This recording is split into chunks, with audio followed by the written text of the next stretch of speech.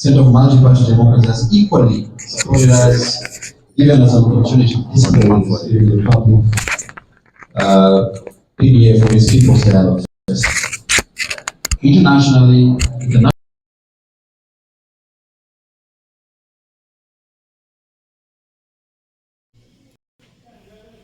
to display the civic voices up and get international recommendations. The civic voices have participated in showcasing what they have. They just concluded the ICT for Development conference in Accra, Ghana, that was held in mid-March. Civic voices additionally been invited for a presentation this month, I think next month, that should be in Ghana for presentation of what has been happening in the team.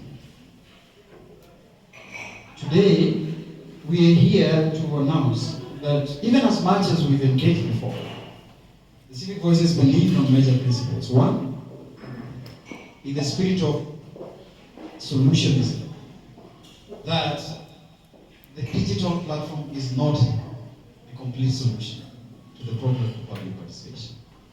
It is not. It is not a solution, like we solve everything. We acknowledge that accompanying the in-person public participation, together with important stakeholders and our major partners from the Nairobi City County Government, has been a very, very, very successful approach.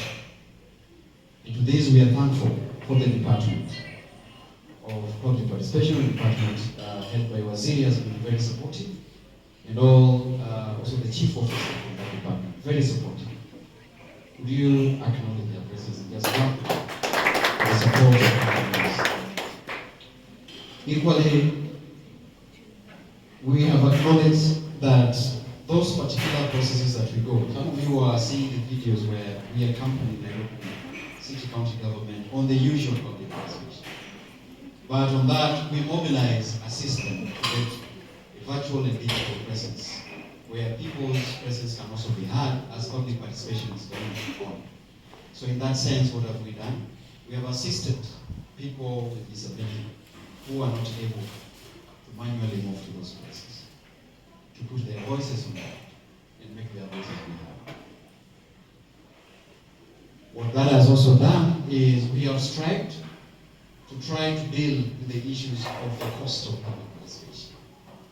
And I remember, as our colleague is going to display the real statistics of what we have done, that in one of the processes that I've mentioned, that Nairobi City County Government, the Department of Public Participation, said that we want the civic voices to take a leading role in mobilization. And we did that and assisted the county government as a testament that indeed the amount of money that is used in publishing notices on two widely circulated magazines, as the law states, that cost can be cut. And then it can be directed for the development projects. That is tested, that can be tested, and that can be enhanced as we go on. Colleagues, as I conclude this particular session and invite CMD and Nairobi County Government, today we announce that we are going to have launched and have enhanced Civic Voices platform. Initially, it was just a mobile phone application. So as we were engaging communities, as we were engaging stakeholders, those questions that were coming up. The questions, for example, so what happens if in the communities that we go, the people that have phones, smartphones, see, they are smartphones, but smartphones sometimes are not smart, right? Smartphones have got a problem with, the storage. See, so those that common Mananchi has a little storage, so we cannot compare them, sometimes force them to download the app. So what we have done is to come up with a Civic Voices web app that is integrated together with the platform, so that when you participate in the platform, it's integrated. Reviews can be seen on the web, reviews can be seen on the digital. So those are some of the upgrades that we've done. We also strive as much as possible because people would wanted to use evidence participation.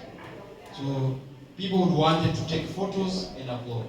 And initially that was not possible. But as we move back and as we improve, we have made that possible. app that we are going to see in the web app. So this one is an opportunity for us to co-create with you also. Like I've said, we don't know it all, right? We cannot claim to know it all, kidding. We can't claim that we are professionals. But through a honest dialogue today, through a honest conversation today, we are able to take some of your views, and we are able also to partner with you. Because here is a mix of civil societies, a mix of governments, a mix of political parties, is to identify where are you strong in that you would want the support of the virtual presence and the use of this Civic Voices app. So that is why we have requested a honest conversation today, knowing that we do not have something 100%, but we are improving it as we go. We might not be where we are, we want to go, but we are not where we are before. So this is the logic of conversation today. Concluding is an opportunity also for strategic partnership, like I mentioned. If your institution is looking forward to using these particular virtual platforms to enhance their participation, you can try the Civic Voices app. We can have a conversation on how to help you, on how to work together, to co-create together, that we are able to create a platform where you include young people's voices, you include people with disability, you include the underserved, you include the most disadvantaged demography, that your program is always targeting. And colleague, lastly, is also to announce that now we hope that we can move out of Nairobi and support other governments, support other initiatives elsewhere. So as we still work together with Nairobi, we're so hopeful.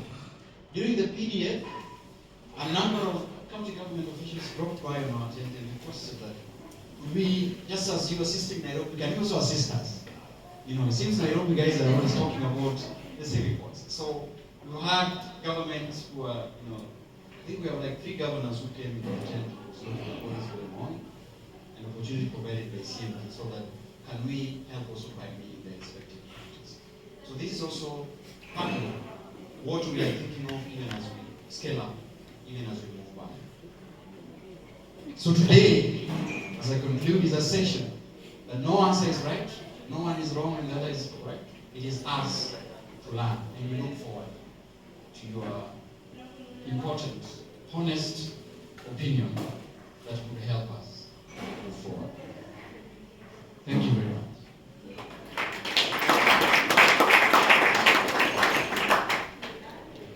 So, can I ask the officials from the CMD, as I call the Wazir, officially grace the event, instead of multiple, just keep it up in mass. Or then I will invite the senior few, because few represent the county today. It's quite important. But before that, is there anyone joining us that has not introduced themselves? Some of the challenges will come later. Please, kindly. Jambo everyone. Jambo. My name is Eric.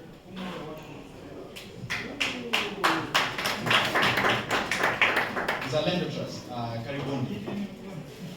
Any, yes?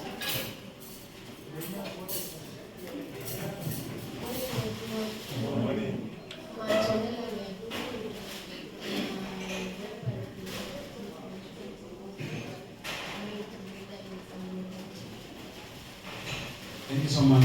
All the way from Samburu. Come and join us today. Behind you. On a public holiday. God is good. Good all the time. I'm Julius Mole. I am Wiper Democrat. Thank you. Thank you very much. Who else?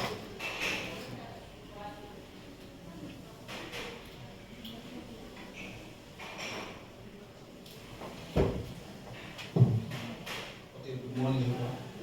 My name is Benjamin Omoy. I work with the INDC as a voter education coordinator.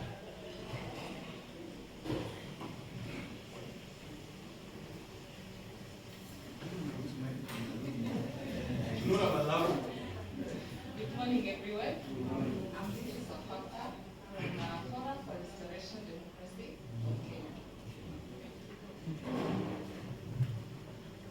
For Kenya. Right. Karibuni. So just to put a context again, those who arrived after my introduction, today is just a policy dialogue even as we launch what we have done. So it means that those that we've interacted with political parties representatives, we've interacted with institutions, we've interacted with development partners. So we just called everyone for that conversation. So that we will not confuse. I saw sometimes when people are thinking, are we in a political forum today? Because the introduction was, I come from this party, I come from this party. No. So today, let me put it clear on record that political parties are just mega stakeholders that we are having a conversation with here today, right? And maybe they're just articulating, introducing themselves more than other civil society organizations. So, karibuni, karibuni. Nanya, maybe I forgot. So we have be patient with us. We have, like I said, the International Republican Institute has been supporting us from Kenya, and we have from the DC's office, who's also been supporting the program. So they requested, they were supposed to join us, but they were not able. And they asked, play this on their behalf. Please bear with us. This is their message to us. This is their message to the session today, and then I'll ask CMD and gracefully invite Waziri.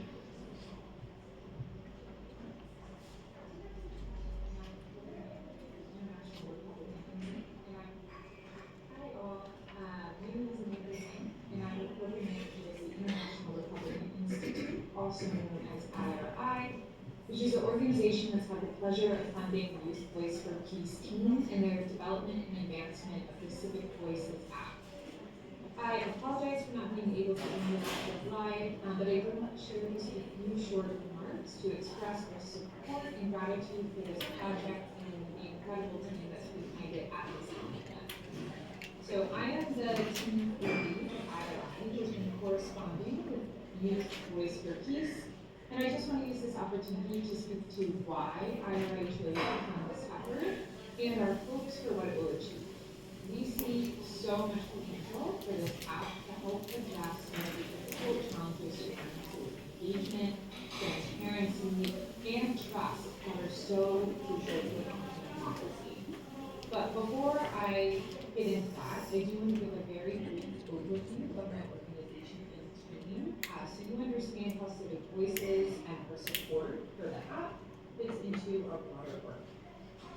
For those of you unfamiliar, IRI is a nonprofit, non-partisan organization working to advance democracy around the world.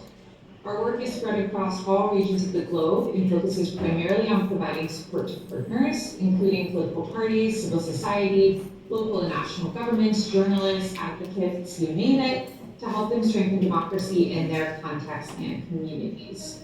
The team I sit on specifically within IRI is called the Technology and Democracy Team, which is focused specifically on understanding, analyzing, and investing in the intersection of technology and democracy.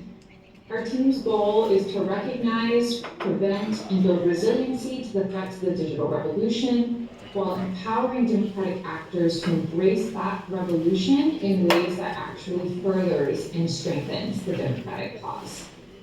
I, in particular, lead the arm of our work that's focused on equipping our partners with the skills, funds, and support needed to leverage technology to strengthen democracy. We often refer to this line of work as our civic and government technology portfolio. And one of the core aspects of this line of work or of this portfolio is providing funding to innovative civil society organizations working to use tech to solve governance issues in their communities. Some of our partners have focused on, for example, developing websites for local governments that don't have an online footprint to help foster greater transparency, or some of our partners have developed data analytics portals to increase access to government procurement information. So that's just a brief snapshot of the types of projects we like to support and have supported over the past 4 years. This year, we selected 5 civil society organizations with really innovative solutions to strengthen and tackle issues around citizen engagement, transparency, and accountability. Youth Voice for Peace is one of the 5 organizations in that cohort this year. To speak to why we selected Youth Voice for Peace, there were a number of reasons that they really stood out to us, and I'm sure you're all aware of since you're here supporting and participating in this launch event.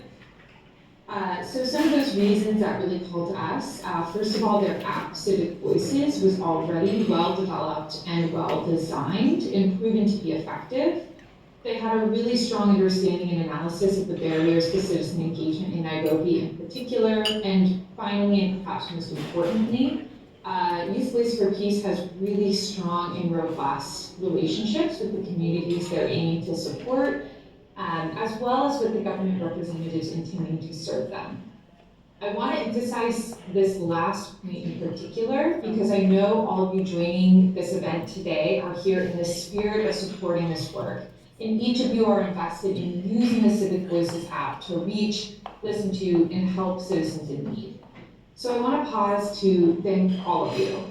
We deeply appreciate your investment and belief in the opportunity this app and effort presents. And I want to emphasize that it will only succeed if the community and government around it are willing to support and regularly engage through the app. We think Civic Voices has immense opportunity to make change. This app has the ability to empower people who may have never had a voice in government before. It has the ability to connect citizens to the very people who have the power to help them, and we think it's really unique in that ability. It also has the chance to address the issue of political apathy and anger, both of which I know have been recurring challenges in Kenya and in Nairobi in particular, evidenced by some of the violent protests we've seen in the past year. So I encourage you all to embrace the change that this app can and we know will bring. Democracies around the world are facing really complicated and at times unprecedented challenges. Innovative solutions like this are necessary if we're going to prevent democratic backsliding. So my team in IRI sees Civic Voices as a way to get ahead of the curve and to make sure that democracy continues to innovate, to remain current, efficient, and effective. We have seen apps like this in other contexts transform the way youth engage and regard governments. That we've also seen apps like this help to foster transparency and trust in government in small and big ways. So we truly do see this as the start of what can be a transformative change for Nairobi and the local government there and its relationship with citizens. We look forward to seeing how this app grows and are hopeful that it can soon be expanded, not just within Nairobi, but to other cities and counties across Kenya as well. IRI always remains available to provide support in any way that we can, either at the intersection of technology and democracy or on democracy issues more broadly. So please don't hesitate to reach out to us in the coming days, weeks, or months with questions, ideas, or even reports of success with this tool. We're really excited to see where it goes and know that you all, the community gathered here, are the ones that are going to make it successful. So thank you so much for the time, and I'm wishing you all well the rest of this event. Hi all. Thank you. Thank you. So, Asante. Would I hand it over to our partners today, CMD, for an opening remarks. All right. Asante sana Dan, once again. I'm here on behalf of my boss, Juan Range Muita. He asked me to do this since he'll be running a bit late. I do not know how to go after him. Considering this guy sounds like a really good public speaker, personally I may not be up to that level, but please bear with me. CMD, for those that have not interacted with us much, and I know most of you have, to a significant degree so far. But CMD, what we do is that we work with political parties. We are a political party membership-based organization. What it is that we do with these political parties is that we capacity build them to be in a position to have, internal structures that can support their work or their mandates, as parties. We also work with these political parties to enrich their youth, and especially youth who are interested in political, leadership, developing these youths, giving them capacity to even run for office. And you can bear me witness, since we came up with, since we adopted the Constitution of 2010, the Kenya Constitution of 2010, there's been a lot of significant improvement with regards to the youth, taking up some of these spaces, right? So that said, CMD focuses on 4 main areas of impact within our society. One, we provide dialogue platforms. And some of you have been there to PDF, People Dialogue Festival. That's our main annual event. And what we do with this is that we provide platforms where citizens and their leaders, development actors, and all these, stakeholders across that divide can come together, hold dialogue, We may be limited to 4 days, but that's still, effective in a way. And then again, owing to that short time that we are also given during the 4 days, we've had to sort of innovate ways of, devolving this dialogue or dialogue platforms into other spaces. One of them being through the Gumzom Tiny forums that we usually do under the SPYV project, the Strengthening the Power of Youth Voices project. There's been a couple of engagements within our counties in that regard. And what we do there is that we're also trying to bridge the gap between the leaders and the led. Basically, dialogue that we only hold when it's election time, simply. When it's during the electionary time, we're trying to bridge that gap because, in all honesty, sustainable development is something that's continuous. When you talk about, political participation as a way to, boost that sustainable development, there has to be continuous engagement, in some of these spaces. And that's what we are trying to advance or even, enhance within our communities. So through Gumzom Tiny sessions, again, the Gumzom Tinies have evolved now to adopt the high schoolers into some of these spaces, and so we have Gumzo Shuleni. So far we've had, I think, 2 with Alliance High School. That was our pioneer, Gumzo Shuleni. Why? Because we are cognizant of the fact that in 2027, some of these guys who are sitting in those classrooms will actually be voters. And unless we are coming up and empowering them, giving them the kind of knowledge and exposure that they need to make the right decisions when we get to 2027, man, we'll keep making the same mistakes, right? So these are some of the things that we're trying to address, giving them that exposure while they're still young, inculcating that culture of public participation, political interest at a very young age. That's why we are going into those spaces, to the high school spaces. We've done Buruburu, I think, yeah. We've done Buruburu secondary, not Buruburu, sorry, Dandora Secondary School as well. Again, and that's strengthening the power of youth voices, which I'll be introducing in a bit. But these are some of the things that we are doing in CMD to ensure that, hey, conversation doesn't end after PDF. We are trying to ensure that, because issues keep coming up, right? Issues keep coming up, they're dynamic. And so for us to be in a position to also keep the citizens engaged and for them to have their voices well heard, they're also devolving these platforms from where they are to ensure that everyone's voice counts in some of these discussions. So over and above that, we've also adopted our newest baby, which is Gumzo Mtandaoni. And I think this is one of the biggest reasons why we saw this partnership or this collaboration with Civic Voices is really, key in that. But also we'll be giving a bit of feedback with regards to how this has gone for us and why Civic Voices will be a very key, component of our engagements online going forward. Sawa. But that said, CMD also does a lot of, youth development programs, and part of that is why we are here today under Strengthening the Power of Youth Voices, which is funded by the Embassy of Netherlands today, in Kenya.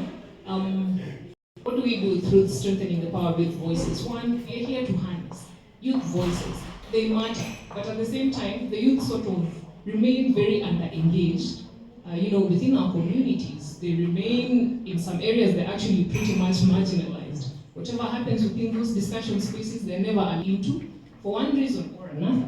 And so some of those things are what we're trying to address with this. But then again, after harnessing these voices, we're also trying to consolidate them, building consensus on issues that these youths feel need to be addressed in some of these spaces. That's what we're giving them. So the Embassy of Netherlands has been generous enough with us to give us, funds to advance this particular motion for us, for agenda. And so that's why we are here today. Part of what we are doing through this particular dialogue forum, we adopted 4 objectives for it. One, being to strengthen the policy dialogues, yeah? To ensure that we're accelerating the implementation. So for this particular meeting, we chose to zero in on sustainable development within Nairobi County. Why? Because over the past few weeks, you'll bear me witness, the things are coming up that we feel, hey, guys, we need to address this. Whether it's matters infrastructure, which are under SDG, is it 9? I think it's 9, yeah? Whether it's matters infrastructure and innovation to ensure that some of these things are working for us, whether it's matters infrastructure, whether we're talking about climate action, and it's been real, guys. You can bear me witness, we've actually seen the effects, of climate action over the past few weeks.